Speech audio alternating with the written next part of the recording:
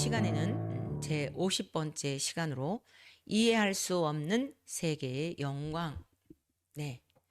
어, 주제에서 또는 제목에서 여러분들이 눈치채셨겠지만 하나님의 세계는 이해할 수 없는 세계입니다.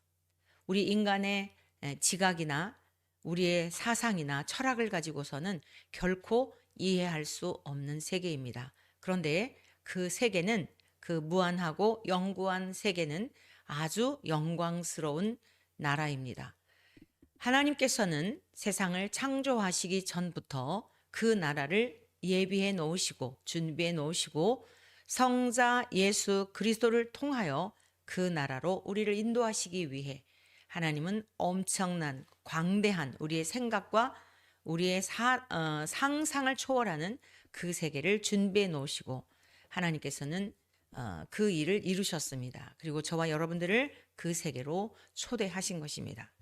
그래서 저와 여러분들이 성경 말씀을 이해함에 있어서 창세기에서부터 요한계시록까지 어느 부분을 이렇게 동강동강 떼어놓고 말씀을 이해한다든가 또 그 말씀의 뜻이 무엇인지를 헤아리려고 할 때는 많은 부분들이 막히게 될 것입니다. 하나님은 일관되시고 또 완전하신 분이시기 때문에 우리들처럼 생각을 뒤엎고 하시는 분이 아니십니다. 그래서 창세기에서부터 요한계시록까지 마치 수맥이 흐르듯이 하나님의 구속의 역사는 계속 흐르고 있는 것입니다. 그래서 이 구속사적인 관점에서 우리가 성경을 보아야 하겠고 또 하나 우리가 말씀을 배울 때에 특별히 이 산상수훈을 배울 때에 윤리나 도덕적인 그러한 해석을 하는 경향들이 있습니다. 저와 여러분들이 지금 마태복음 5장 산상수훈에 대하여 계속 배우고 있습니다마는 윤리나 도덕적인 노력으로 말씀을 실행할 수 있는 내용들이 결코 아닙니다. 하나님의 은혜가 아니면 즉 하나님께서 우리에게 예수님을 보내주심도 은혜이고 성령 하나님을 보내주심도 은혜이며 선물입니다. 그래서 성령님이 우리 안에 내주하시어서 이 말씀의 뜻을 그 깊은 진의를 깨닫도록 은혜를 베푸실 때에 이 말씀의 뜻이 무엇인지를 우리가 이해하게 되고 그 이해라고 하는 것은 지적인 동의만이 아니라 전 존재적으로, 전 인격적으로 아하, 하나님의 뜻이 이것이구나. 하나님의 마음이 이것이구나. 하나님은 이것을 원하시는구나. 라고 하는 것을 전 존재적으로 깨닫게 되며 그때부터 우리는 그 말씀을 살아낼 수 있는 힘도 내 안에 계시는 내주하시는 성령님을 통하여 우리가 이러한 말씀들도 행할 수 있는 것입니다. 자, 오늘 본문의 말씀은 더더욱 그렇습니다. 먼저 우리 주님이 하셨던 말씀을 잠깐 살펴보고 본문의 말씀 마태복음 5장 38절에서 42절까지의 말씀을 중심하여 오늘은 배울 것인데 자, 예수님이 하셨던 말씀 앞부분의 그 팔복에 대한 말씀과 또 그러한 천국이 임한 자들은 소금으로 빛으로 살게 된다. 소금이 맛을 내지 않는다면 그건 진짜가 아니다. 그건 진짜 소금일 수 없다. 어떻게 소금이 맛을 내지 않을 수 있겠느냐. 또 빛은 말 아래 두지 아니하고 등경 위에 높이 두어 비추게 한다. 집주인도 그러하거늘 너희들이 참 빛이신 예수님을 영접하여서 하나님의 나라가 임했다고 한다면 이 어둠 가운데 있는 세상 속에서 빛으로 살아낸다라고 하는 것을 가르쳐 주셨습니다. 그러면서 주님이 말씀하시기를 자 5장 17절에서 18절의 말씀인데요. 내가 율법이나 선지자를 폐하러 온 줄로 생각하지 말라고 말씀하셨습니다. 자칫하면 그러면 율법이 필요 없네? 선지자들의 그 예언도 필요 없네? 예수님 한 분이면 되네? 물론이죠. 예수님 한 분을 통해 구원 얻습니다. 그러나 구약의 옛 선지자들이 증언했던 내용은 무엇이었습니까? 예수 그리스도를 향하여 방향을 가리키고 있는 우리가 율법이나 윤리나 도덕이나 노력으로 하나님의 말씀을 준행하며 살려고 해도 우리는 온전함을 이룰 수 없다는 것을 선지자들을 통해 수없이 말씀하고 계셨죠. 그런데 메시아, 참 메시아, 진짜 만 왕의 왕이신 그분이 오게 될 때에 우리들의 그 행할 수 없었던 것, 내 힘으로 안 되었던 것, 그것을 우리 안에 내주하시는 성령님을 통하여 예수 그리스도로 말미암아 죄 사함 받고 예수 그리스도의 은혜로 말미암아 구원받은 백성들에게 하나님께서 선물로 주신 성령님을 통하여서는 주님이 그 율법을 완성하신 것처럼 우리도 그 율법을 이룰 수 있다라고 하는 것을 말씀하신 겁니다. 그래서 내가 율법이나 선지자를 폐하러 온 줄로 생각하지 말라. 폐하러 온 것이 아니요 완전하게 하려 함이라. 진실로 너희에게 이르노니 천지가 없어지기 전에는 율법의 1.1획도 결코 없어지지 아니하고 다 이루리라라고 말씀하신 것입니다. 또한 예수님은 구약의 말씀을 인용하셨습니다. 출애굽기 21장 24절 오늘의 본문 말씀을 우리가 이해하기 위하여 구약에서 인용하신 말씀을 살펴보겠는데 눈은 눈으로, 이는 이로, 손은 손으로, 발은 발로, 된 것은 된 것으로, 상하게 한 것은 상함으로, 때린 것은 때림으로 갚을지니라 라고 모세를 통하여 이스라엘 백성들에게 하나님이 말씀하셨죠. 누가 나를 때렸으면 가서 때리라는 거예요. 누가 나를 상하게 하였으면 그대로 갚아주라는 거죠. 그런데 예수님이 말씀하신 오늘의 본문 말씀은 자 이렇게 시작하고 있죠. 또 눈은 눈으로 이는 이로 갚으라 하였다는 것을 너희가 들었으나 네 출애굽기 21장의 말씀입니다. 나는 너희에게 이르노니 악한 자를 대적하지 말라. 누구든지 내 오른편 뺨을 때리거든. 자, 누군가 제 오른편을 쳤습니다. 그러면 왼편도 돌려대며 상대방을 향하여서 아유, 제 오른편 뺨을 때림으로 속이 시원하거든. 제 왼편도 때려주십시오. 이럴 사람이 있을까요? 또 너를 고발하여 속 옷을 가지고자 하는 자에게 겉옷까지도 가지게 하며 라고 말씀하셨어요. 자, 이게 가능할까요? 요즘 이 시대가 얼마나 악한 시대인지 몰라요. 그냥 할 말이 없는 그런 시대입니다. 그냥 입이 딱 그냥 닫혀지는 시대예요. 그런데 이러한 시대를 보면서 우리가 또 한 가지 보아야 할 게 있어요. 아, 사람들이 왜 이렇게 악하지? 이렇게만 생각하면 우리의 삶에 전혀 발전이 없어요. 발전. 성숙할 수가 없어요. 그 모습을 보며 나의 모습을 보아야 합니다. 나는 어떠한가? 과연 저들보다 나은 점이 있는가? 내가 저 입장이 되었다고 한다면 나는 어땠을까? 우리 모두에게 하나님 앞에 가장 감사한 이유 중에 하나가 무엇인가 하면 여러분 그러한 환경 가운데 놓이지 않게 하신 것 우리가 살아가면서 늘 감사해야 할 그러한 이유 중에 하나라고 여겨집니다. 아, 저 사람들 왜 저래?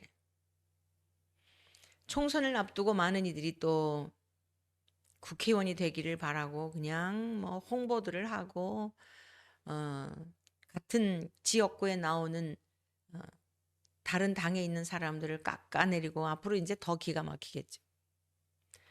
그 자리에 있어서 감당할 수 없으면 그 자리에 있지 않은 것이 복이라고 생각해요. 감당할 수 없는 사람이 그 자리에 있는 것이 그게 악이고 그것이 고통이에요. 우리의 기도가 무조건 무엇을 하게 해달라고 하는 기도는 상당히 조심해야 합니다. 오늘 우리 주님께서 말씀하신 이 말씀들을 한번 살펴보십시오. 자, 누가 오른편을 때리면은 왼편도 돌려대고 또 너를 고발하여 속옷까지도 가지게 하려고 했는데 네가 입고 있었던 겉옷까지도 주라는 거예요. 유대인들에게 있어서 이 겉옷이라고 하는 것은 굉장히 중요합니다. 이 시대적 배경 속에 우리가 기록되었을 때의 그 상황들을 좀 알아야 할 텐데 이 겉옷은 때로 이 밤에 잘 때 덮는 역할까지도 하는 거예요. 다 빼앗기는 겁니다. 그것까지도 주라는 거예요. 자, 그렇다면 이 세상에 사는 사람 중에 누가 오른편 뺨을 누구에게서 맞았는데 왼편도 돌려대고 속옷을 가지고자 고발했다면 얼마나 힘든 상황인지 아시겠죠? 근데 그나마 입고 있는 겉옷까지도 주라는 거예요. 이게 인간이 가능할까요? 가능하지 않아요. 우리가 이 산상수훈을 해석함에 있어서 많은 분들이 자꾸만 윤리나 도덕적으로 해석을 하는데 이거 우리가 할 수 있는 게 아닙니다. 이거 못 지켜요. 아니, 마음의 음욕이 이미 일어났다면 간음했다고 지금 쾅쾅 하나님께서는 너 이미 간음했어라고 하시는데 누가 거기서 벗어날 자가 어디 있어요? 살인하지 말라 하였다는 것을 너희가 들었으나 나는 너희에게 이르노니 형제를 여러분 미워하는 자마다 살인죄와 동등한 것으로 규정을 하는데 누가 이에서 벗어날 자가 있죠? 미련한 놈이라 락하라 결국 지옥불에 던져진다는 거예요. 인류 역사 가운데 이에서 벗어날 자가 아무도 없습니다. 그래서 우리 모든 인간은 다 그냥 자연히 지옥 백성들이었어요. 지옥 백성들이었는데 우리가 구원받은 거예요. 건진받은 겁니다. 그래서 여러분 이 산상수훈을 지금 우리가 계속 배우고 있는데 이건 윤리나 도덕적으로 절대로 해석하면 안 된다. 그리고 우리 인간의 힘으로 스스로 지킬 수 있는 내용의 말씀도 아니다. 하나님이 긍휼히 여기셔서 가난한 마음을 주시고 우리의 영혼의 실상을 보게 하신 그 사람들 천국 임했다고 한다면 이미 하나님의 영이 거하셨다는 뜻이거든요. 성령님께서 주시는 은혜로서 이길 수 있다라고 하는 것을 말씀하고 있는 거예요. 자, 그래서 이 말씀은 인류의 역사 가운데 오직 예수님만이 이 말씀을 실천하신 분이에요. 마태복음 27장 27절에서 31절까지의 말씀, 우리 주님이 이제 빌라도 법정에서 고난을 당하시고 또 십자가 처형을 당하시기 위한 그러한 이제 장면들을 기록하고 있는데 이렇게 기록되어 있습니다. 마태복음 27장 27절입니다. 이에 총독의 군병들이 예수를 데리고 관정 안으로 들어가서 온 군대를 그에게로 모으고 그의 옷을 벗기고 예수님의 옷을 지금 벗긴 거예요. 그 젊은 군인들 수많은 군대들을 다 모아놓고 관정 안에서 지금 많은 사람들에게 집중이 되어 지금 주목이 되어서 보고 있는 상황입니다. 얼마나 수치스러운 모습입니까? 아기 예수님으로 발가 벗겨진 채 마굿간에 태어나실 때부터 철저하게 세상으로부터 버림받고 냉대를 당하며 탄생하셨던 우리 주님은 마지막 돌아가실 때에도 이루 말할 수 없는 수치와 모욕스러운 그러한 마지막을 보내셨음을 기억하여야 합니다. 그 다음에 29절 보실까요? 그의 옷을 벗기고 홍포를 입히며 29절 가시관을 엮어 그 머리에 씌우고 갈대를 그 오른손에 들리고 그 앞에서 무릎을 꿇고 희롱하여 이르되 유대인의 왕이여 평안할지어다 하며 그에게 침 뱉고 갈대를 빼앗아 그의 머리를 치더라. 희롱을 다한 후 홍포를 벗기고 도로 그의 옷을 입혀 십자가에 못 박으려고 끌고 나가니라. 예수님이 지금 조롱을 당하시는 모습이에요. 갈대를 엮어서 뭘 했어요? 가시관을 엮어 그 머리에 씌우고 왕관을 상징하는 거죠. 조롱하느라고. 가시면류관을 씌우고 네가 진짜 유대인의 왕이냐? 갈대로 그 오른손, 그 왕들이 손에 쥐고 있는 홀 있잖아요. 근데 그 손에 지금 뭘 쥐었어요? 갈대. 아무런 힘도 없는 갈대. 네가 왕이야? 너 지금 이렇게 힘도 없고 능력도 없잖아. 무능한 그런 왕이잖아. 조롱하고 있는 겁니다. 이들의 이 행동 자체에서. 그리고 그 앞에서 무릎을 꿇고 희롱하여 이르되. 자, 무릎이라고 하는 것은 어떤 경외심이나 그 존경하는 마음이나 굴복하는 것이나 이러한 마음의 의도를 그렇게 표현하는 거 아니겠습니까? 그런데 지금 예수님 그 앞에서 무릎을 꿇었다는 거예요. 군병들이. 근데 그게 경배하기 위한 거예요? 경외심의 표현입니까? 희롱하여 이르되. 얼마나 모욕하고 있는 모습입니까? 그뿐만이 아니라 그의 머리를 치더라. 희롱을 다한 후 홍포를 벗기고 이 홍포도 그런 어떤 왕들이 입는 자색 옷과 같은 건데 군인들이 이렇게 걸치고 있었던 것을 씌워줬다가 도로 벗기고 조롱하는 거야. 전부. 네가 진짜 왕이야? 입어봐. 네가 왕이야? 면류관 써봐. 가시 면류관. 찌르는 가시 면류관. 우리 주님이 저와 여러분들을 위하여 이렇게 수치와 모욕과 조롱을 당하신 것입니다. 그의 옷을 입혀 십자가에 못 박으려고 끌고 나가니라. 우리 주님께서 눈은 눈으로 이는 이로 갚으라 하였다는 것을 너희가 들었으나 나는 너희에게 이르노니 악한 자를 대적하지 말라. 이 얼마나 악한 자들이에요. 아무 죄 없으신 예수님께 대하는 이 군병들의 모습을 보십시오. 종교 지도자들의 모습을 보십시오. 그런데 예수님이 지금 어떻게 하신 거예요? 내 오른편 뺨을 치거든 왼편도 돌려대라 말씀만 하신 게 아닙니다. 오늘 우리 주님이 당하신 것은 말씀만 하신 것이 아니라 말씀이 육신이 되어 이 땅에 오셨다고 증언한 요한의 그 증언과 같이 예수님은 몸소 이 말씀 자체, 입술로 하셨던 말씀을 그대로 이루신 것입니다.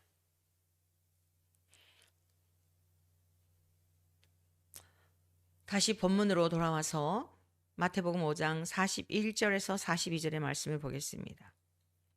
또 누구든지 너로 억지로 오리를 가게 하거든 그 사람과 심리를 동행하고 내게 구하는 자에게 주며 내게 꾸고자 하는 자에게 거절하지 말라. 이게 우리가 가능한 거예요? 지금 내가 몸이 너무너무 피곤해서 정말 괴로운데 누가 억지로 어리를 가자 그랬는데 여러분 벌떡 일어나서 가게 됩니까? 어떻게 해서든지 변명을 하거나 거짓말을 하거나 해서 거절을 하지. 누군가 나에게 도움을 요청했을 때에 그 도움에 응해주는 것이 쉽습니까? 참으로 어렵습니다. 그런데 주님은 억지로 오리를 가게 하거든 그 사람과 심리를 동행하고 내게 구하는 자에게 주며 내게 꾸고자 하는 자에게 거절하지 말라. 이 말씀을 보면은요 떠오르는 인물이 있어요. 억지로 오리를 가게 하면 심리를 가게 하라고 주님 말씀하셨는데 이 말씀 읽고 묵상할 때 떠오르는 인물이 있습니다. 여러분들은 어떠신가요? 우리 주님이 십자가 처형을 받으시려고 이제 받으시기 위해서 골고다 언덕을 향하여 가실 때의 일이죠. 구레네 시몬이라는 사람이 등장합니다. 마태복음 27장 32절입니다. 나가다가 시몬이란 구레네 사람을 만나매 그에게 예수의 십자가를 억지로 지워 가게 하였더라. 구레네 시몬이라는 사람은요 영문도 모른 채 억지로 예수님의 십자가를 지게 됩니다. 이후에 그가 누린 영광, 여러분 그가 누린 영광이 얼마나 지극한지 성경은 이렇게 증거하고 있어요. 먼저 구레네 시몬이 누구인지 좀 살펴보겠습니다. 마가복음 15장 21절에서 23절의 말씀입니다.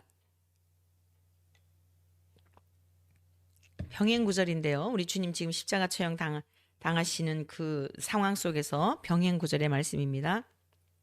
마침 알렉산더와 루포의 아버지인 구레네 사람 시몬이 시골로부터 와서 지나가는데 그들이 그를 억지로 같이 가게 하여 예수의 십자가를 지우고 예수를 끌고 골고다라 하는 곳, 번역하면 해골의 곳, 그곳에 이르러 몰약을 탄 포도주를 주었으나 예수께서 받지 아니하시니라. 알렉산더와 루포의 아버지인 것을 알 수 있어요.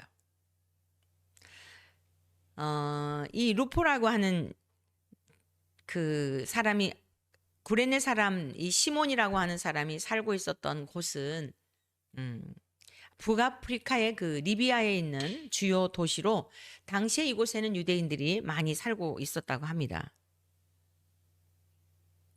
그래서 이제 그 절기를 지키기 위해서 아마 올라오지 않았을까. 6월절을 지키기 위해서 올라온 것이 아닐까 추정해 볼 수 있는 내용이죠.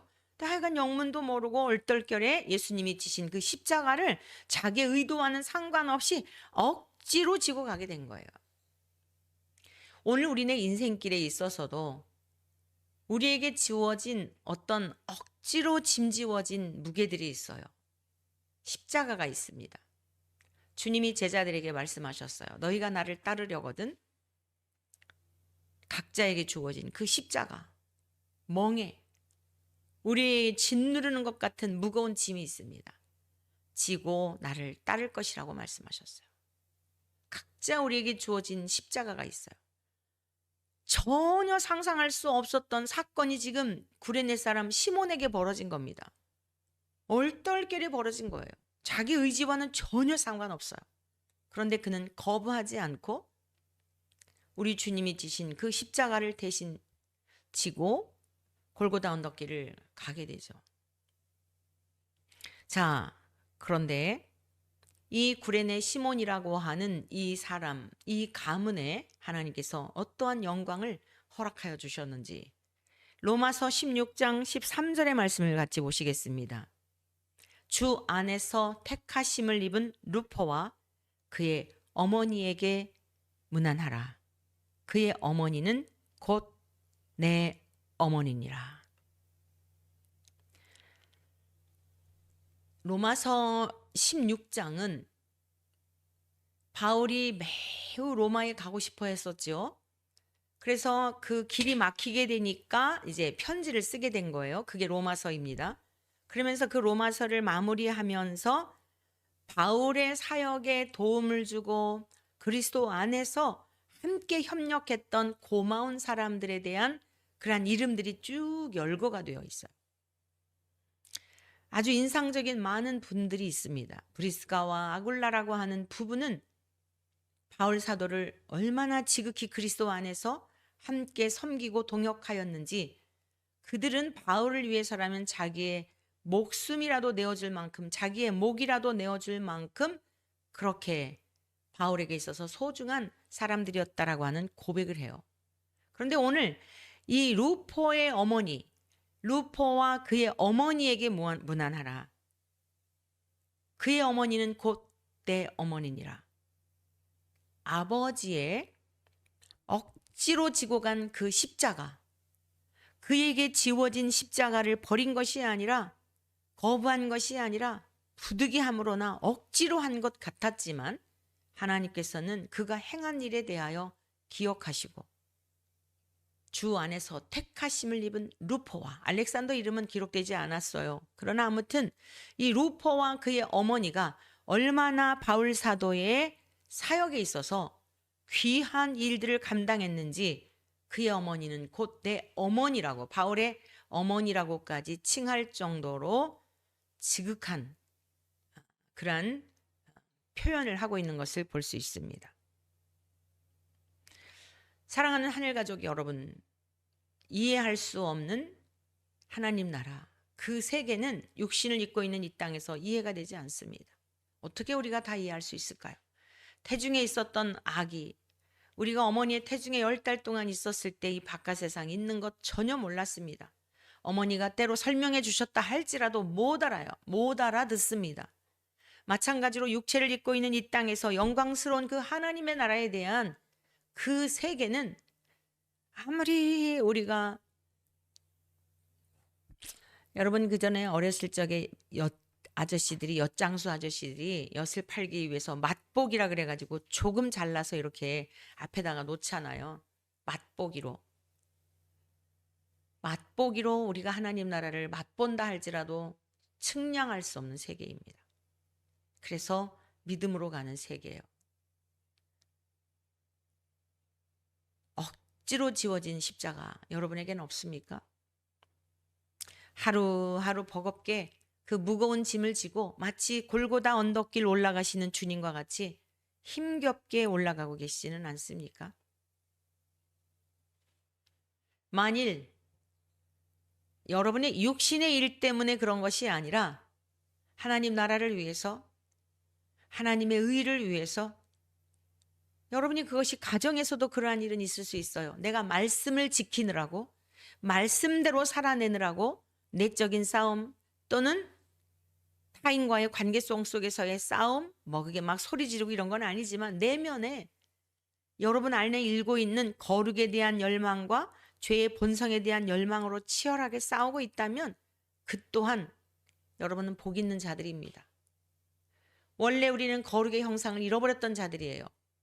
원래 우리는 죄의 형상밖에는 그 아담의 범죄로 인한 하나님을 향한 불신과 불순종으로 인하여서 시기와 원망과 다툼과 미움과 저주와 악독과 교만과 우매함과 이런 것들로 꽉 차 있던 인생들입니다. 그런데 어디 기쁨이 있겠어요? 어디 삶의 의미가 있겠습니까? 어제도 이제 저희 친정 올케 언니 주일에는 시댁 시 이모님들, 시 작은 어머니, 이제 저희 양가의 다 부모님은 생존에 계시지 않기 때문에 이제 찾아뵙고 인사드리고 왔어요. 저희 올케 언니는 제가 서울에 올라와서 10년 동안 제가 결혼하기 전까지 함께 기거하면서 많은 사랑을 받았죠. 어머니와 같은 분이죠. 예, 그래서 이제 오라버니는 한 2년 전에 돌아가셨고 이제 혼자 계셔서 함께 이야기하고 저녁에 늦게 돌아왔어요. 그랬더니 왜 이렇게 늦었냐고 작은 딸이 물어요. 그 전날에도 이모님이 더 놀다 가라 그러셔가지고 집에 오니까 또 시간이 꽤 늦었었고요. 근데 저보고 그래요.